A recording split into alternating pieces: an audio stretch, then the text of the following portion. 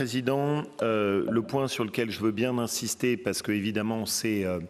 la caractéristique de notre approche, c'est que quand on regarde aujourd'hui ce que font toutes les régions qui sont autour de nous,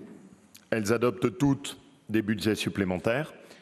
et la quasi-totalité des budgets supplémentaires qui sont proposés reposent tous sur des augmentations de taxes sur le contribuable, toutes. Et si on prend nos voisins, PACA l'a fait, l'Occitanie l'a fait, la région Centre l'a fait, Bourgogne-Franche-Comté l'a fait. Autrement dit, toutes les régions qui sont autour de nous ne font face aux dépenses de la crise qu'en allant prendre dans la poche du contribuable. Et notre différence et notre ADN à nous, précisément parce qu'on a été capable de bien gérer et d'avoir au fond une réserve qui nous permet d'amortir, c'est qu'on est capable de traverser la crise sans augmentation de taxes sur le contribuable et sur les habitants de notre territoire. Et ça, c'est dans toutes les régions en ce moment, vous avez des dépenses supplémentaires. Toutes les régions s'adaptent à la crise,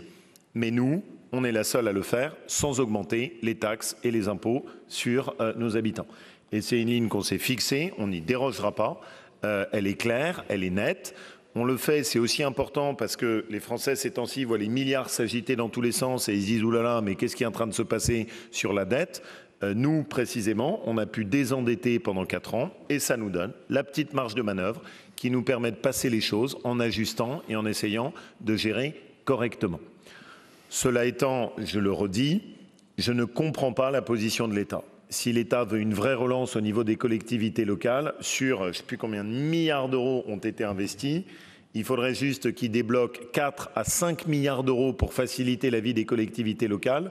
Et il est sûr, auquel cas, d'une capacité des collectivités à pouvoir faire une relance qui est au plus près des chantiers dans nos territoires, quitte d'ailleurs à ce qu'ils nous mettent une contrepartie. Et je trouve absolument absurde cette position, consistant pour soi-même dans l'État de plus en plus central et de plus en plus tourné vers lui-même de s'octroyer des dépenses et des dérives de déficit complètement folles et ne pas comprendre qu'une des leçons de la crise, c'est que ça fonctionne mieux quand on fait confiance au terrain, que ça fonctionne mal quand c'est piloté trop à Paris et que la meilleure façon de permettre à nos collectivités d'amortir le choc, c'est de faire en sorte que les collectivités locales aient la capacité de faire un peu de relance. En tout cas, dans notre région, il y a un cap qui est clair, il n'y aura pas d'augmentation de taxes sur le dos du contribuable et nous financerons, grâce à notre bonne gestion, le choc de la crise et c'est la caractéristique majeure de ce budget supplémentaire que de ne comporter aucun recours à cette facilité. Monsieur Kovacs.